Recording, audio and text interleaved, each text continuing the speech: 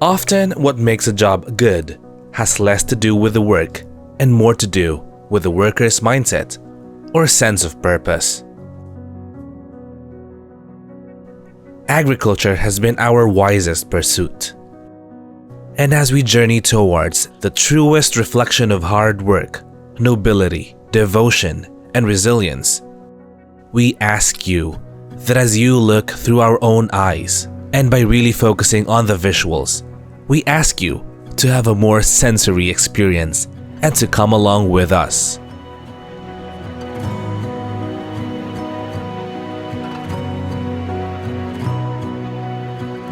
In the culmination of all the major accomplishments in the research project of Partido State University, funded by and in partnership with the Department of Agriculture Regional Field Office 5 under RISE program, we present to you the comprehensive early warning system for agri-fishery communities in the Bicol River Basin.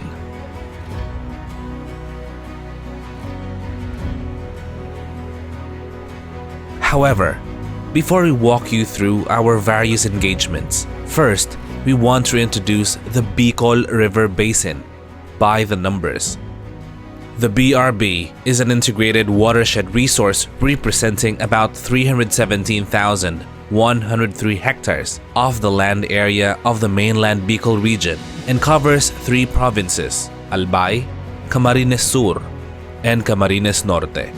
The basin encompasses 40 municipalities and 3 component cities situated wholly or partially within the Bicol River system and categorically divided into 8 sub-basins, namely Libmanan, Pulantuna, Ragay Hills, Tiris, Naga Yabo, Pawili River, Waras Lalo, Naporog, and Kinali. The Bicol River, one of the major rivers of the BRB, flow through these areas and plays a crucial role in the development of the region because of the abundant resources and the ecological services it provides to support the livelihood of the communities. However, with the vast area covered by the river, millions of peso in damage in agriculture and fisheries are experienced perennially by the communities living along it, largely due to climate change.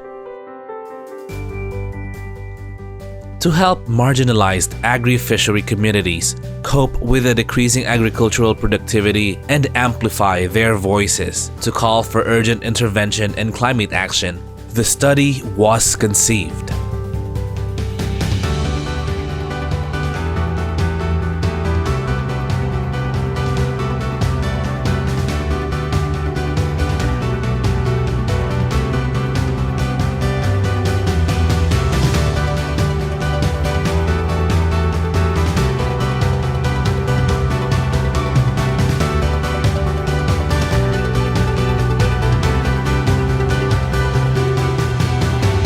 True commitment is a thing as active as agriculture. As our farmers stay true to their commitment to feed the hungry mouths of a growing country, we have to acknowledge that climate change continues to be a growing threat to their productivity, sufficiency, and sustainability. To address and mitigate its impacts, various projects were launched to aid them on a just transition to a climate-smart agriculture, one that acknowledges the importance of climate resiliency through integrating climate science and indigenous practices.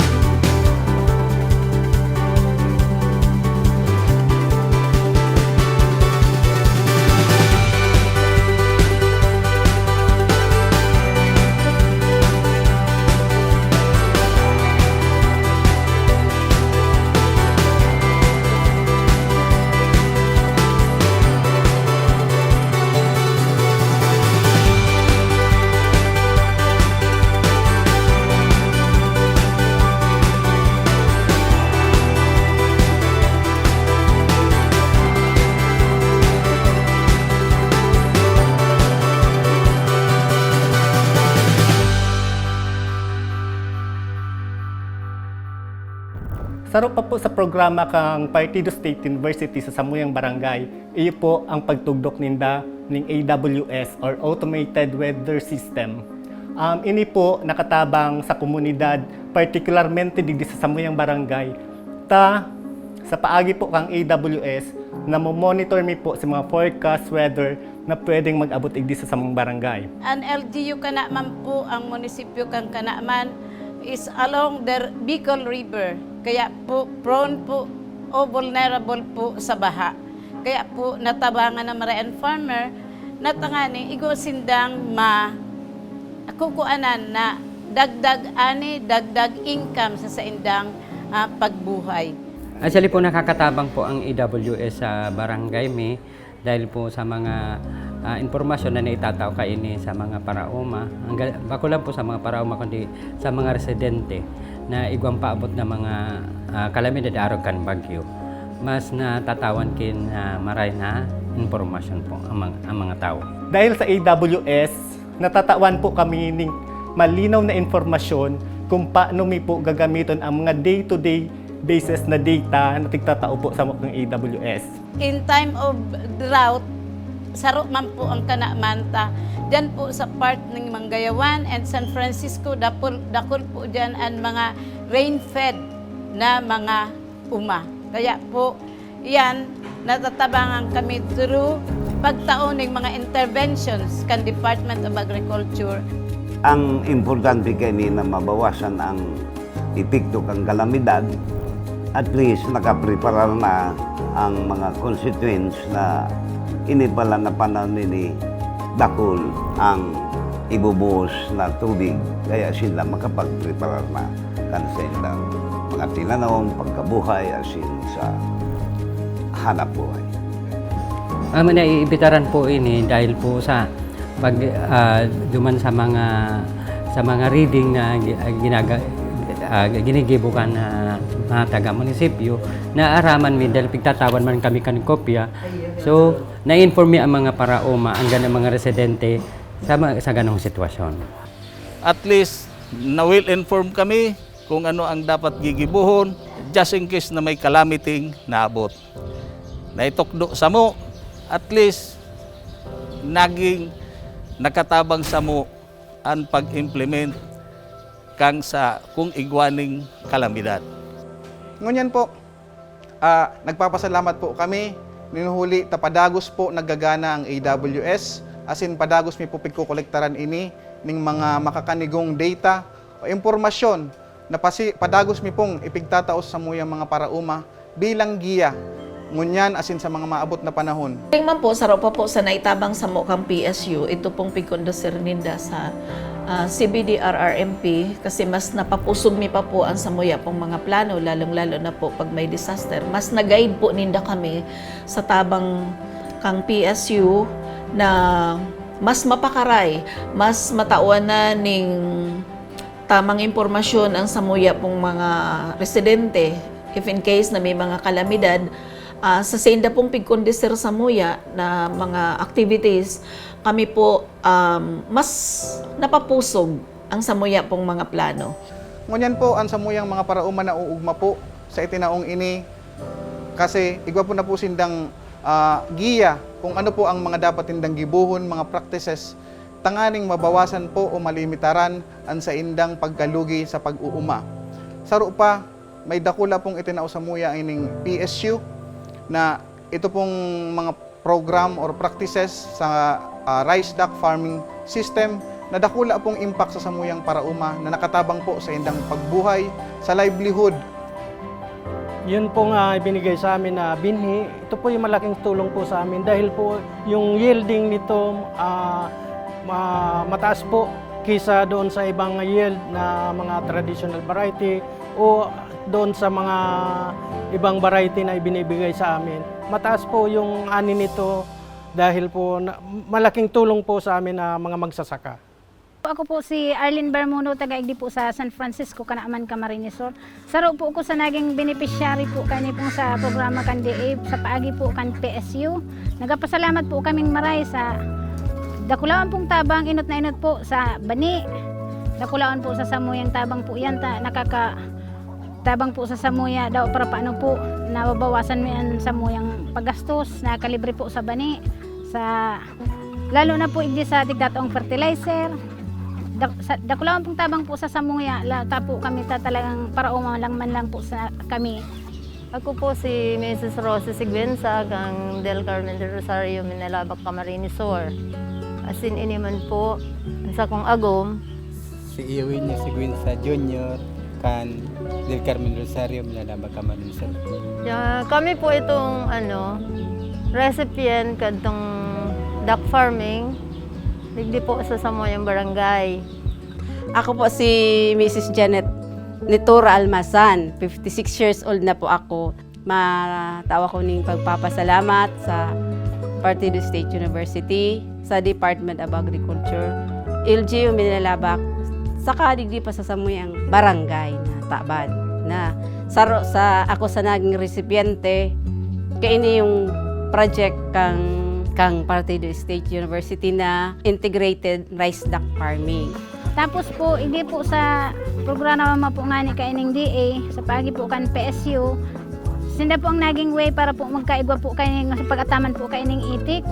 Nagpapasalamat po kaming maray, ang bilog ko pong pamilya, salamat pong maray, tadakulaon pong maray natabang sa samuya. Inot na inot po sa pagtanumay po kamparoy, nakatabang po ang itik sa pag-ano po kan sa kuhol po, nabawasan po kami sa paggasto sa pagbakal kan sa kuhol, taan kuhol po na kakakan po yan kan itik. Ikadua po, sa pagsugok po ninda dakulaon pong maray na bagay, inot na inot po sa sakuyang mga aki, taro po sa kuya kadakol pong mga aki, nag-eskwela, sa pamasahe po, sa pang-aral daw po, nakukaapuan ko yan, ang pangangaipong mi po sa itik. Sa aning kuan man po to, dakulang katabangan man sa mong kuya. Ta porog na nataong kami katong itik baga, tapos si ipot kadto nagin abono kan sa moyang kuyan itong uma. Tapos po list po sa gasto ta si ipot po nagin abono kan itong sa uma. Tapos si itik yung nagtutuka katong mga sa kuhol, tapos po itong sa insekto. Kaya po ning list na po ang gastos sa pag-uuma kon igwa katong may itik ang uma. Ang nangyayari, nababawasan na itong kuhol na pwedeng magkakan or mag-atake duman sa paroy pag ito na itanom na. Sa ano naman, sa duot, ang duot, pag ito pang mga malumok pasinda na kaya pang kakanong kang itik, kinakakanya ininda ito, pakatapos itong parte kang uma na pigpaparalakawan ninda inaagihan, dahil na nakakatubo ang mga duot dahil natatapakan ninda, or kung igwa man nagtambo, kinakakaninda itong ugbos kang duot. So mayo na talaga sining nagtatambo. Magayunan ang ano kang klase kang daga, kang pigpapara lakawan kang si mga itik. O yun sir, saka po sir, maugmaman po pag pagkakaaga, yaong kami dyan sa may uma. Lalo na kadang nagsusugok na si mga itik. O dakula pang tabang. Minsan tinatarawan ng kuman ang sa kong mga tugang. Para minsan dahil may na pinapabakal. Tapos yan sa mga barangay official, minsan nag-aagad din po, tinatauman ng sugok. Nung iba man po, pinapabakal mi para po makatabang man.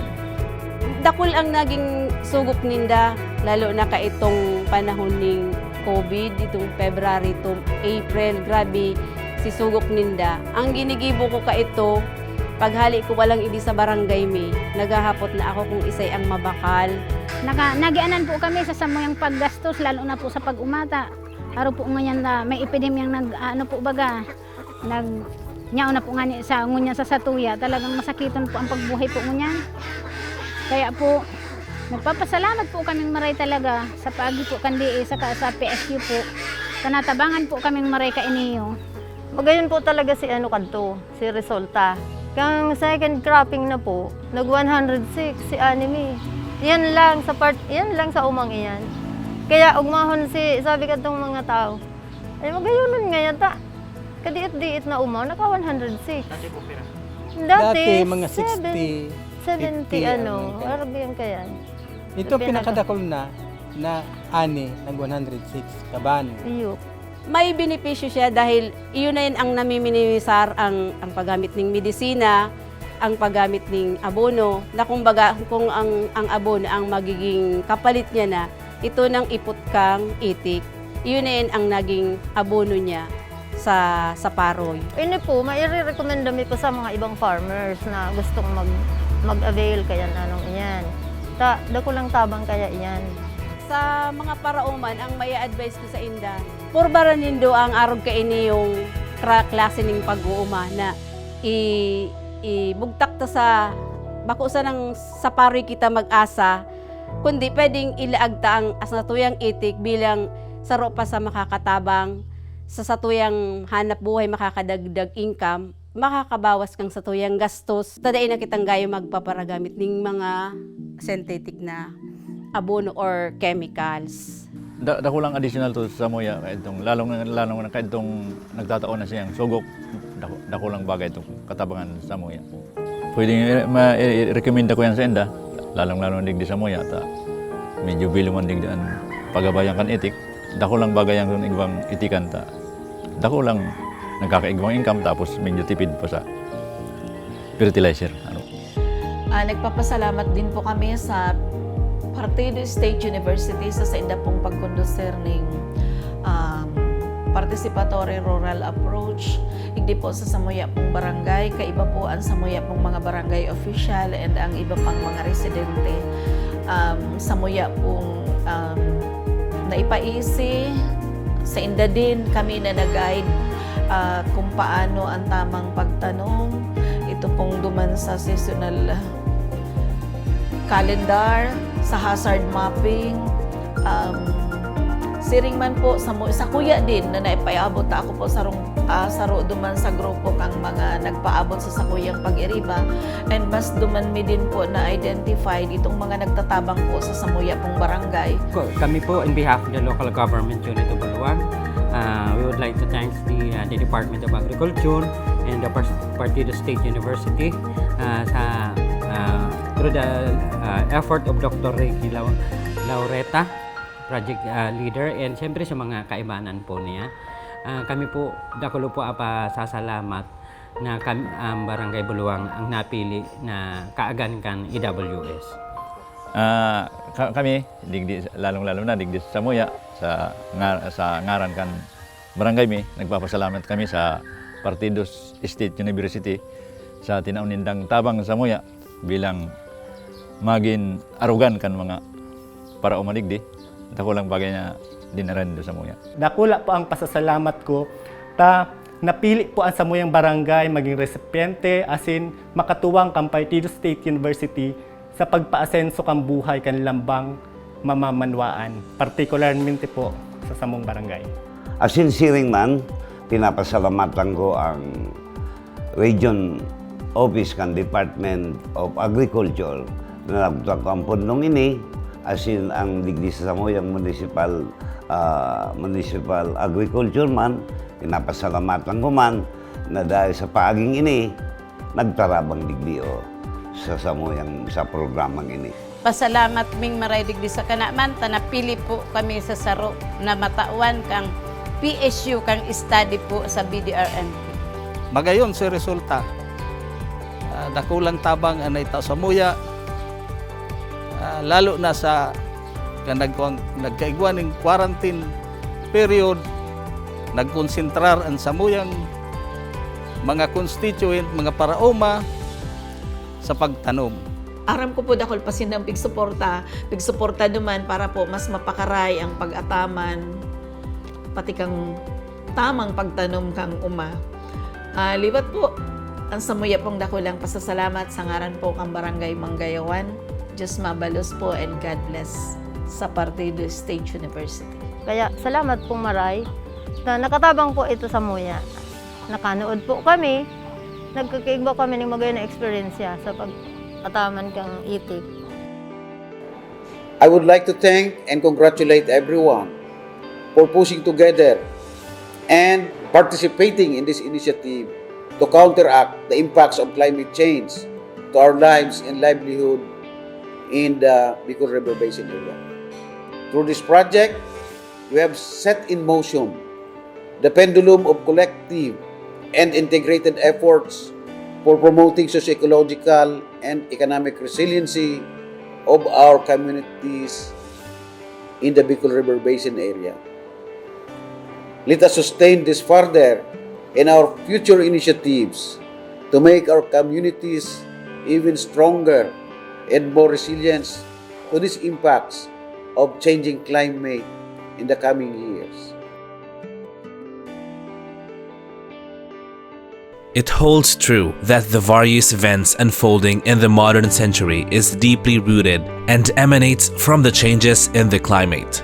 As we find ourselves today at the crossroads of multiple upheavals, the recent COVID-19 global emergency, and a major economic downturn, it is true that those who are more disadvantaged are impacted in a much profound way. Without access to modern farming techniques or machinery, let alone science-based climate and weather data, farmers' livelihoods hinge precariously on a changing environment that they are struggling to understand. Just as the science and art of agriculture depend fundamentally upon chemistry and botany, so as with the wisdom of a farmer depend upon years of indigenous tradition and unrivaled intuition.